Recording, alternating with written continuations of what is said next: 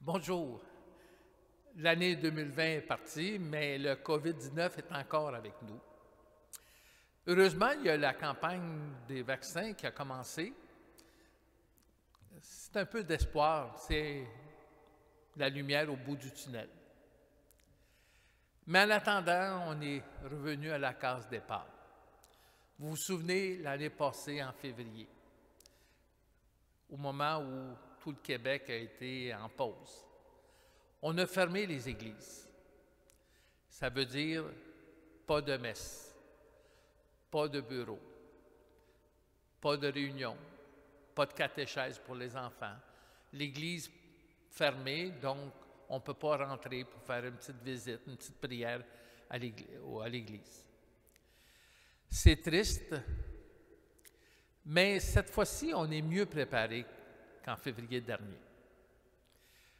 Tout au long de l'année passée, on a développé des nouvelles façons de garder contact avec la communauté.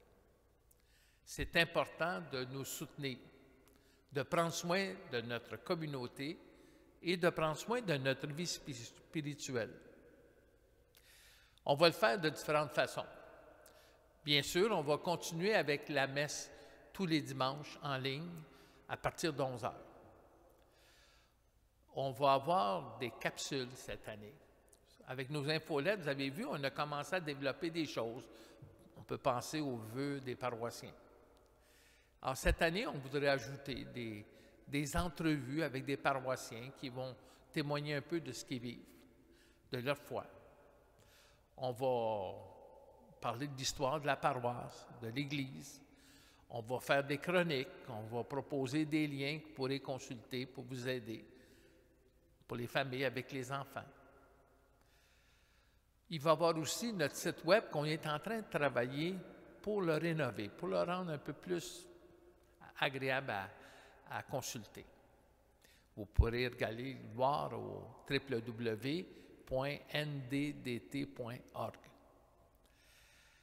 Finalement, on va reprendre l'expérience des petits cafés avec M. le curé. Au moment où on ne peut pas se voir en présence, on va faire un peu comme les gens qui se retrouvaient au Tim Hortons ou au McDo ou au centre d'achat. Passent un peu de temps à prendre un café ensemble. Rien d'important à se dire, mais juste le fait de se voir et de parler. On va reprendre ça à un moment donné, on vous fera signe. C'est sûr que l'Église fermée, ça veut dire pas de quête. Ça veut dire pas de location du sous-sol, des bureaux. Ça veut dire beaucoup de manque de revenus. L'an passé, vous avez été généreux dans votre soutien à l'Église. Les gens nous envoyaient leurs dîmes, leur enveloppe de quête, soit en ligne, soit en venant déposer dans boîte à lettres au bureau, soit en l'envoyant par la poste. Bien sûr qu'on a encore besoin, en 2021, de votre dîme, puis de vos quêtes. On vous invite à continuer d'avoir une petite pensée pour votre fabrique, votre paroisse. L'an passé, quand ça a commencé, la pandémie, on a tous mis dans nos fenêtres cet arc-en-ciel en disant « ça va bien aller ». Il y a quelqu'un dernièrement qui me dit « ben là, j'ai plutôt le goût de dire « ça va finir par passer ».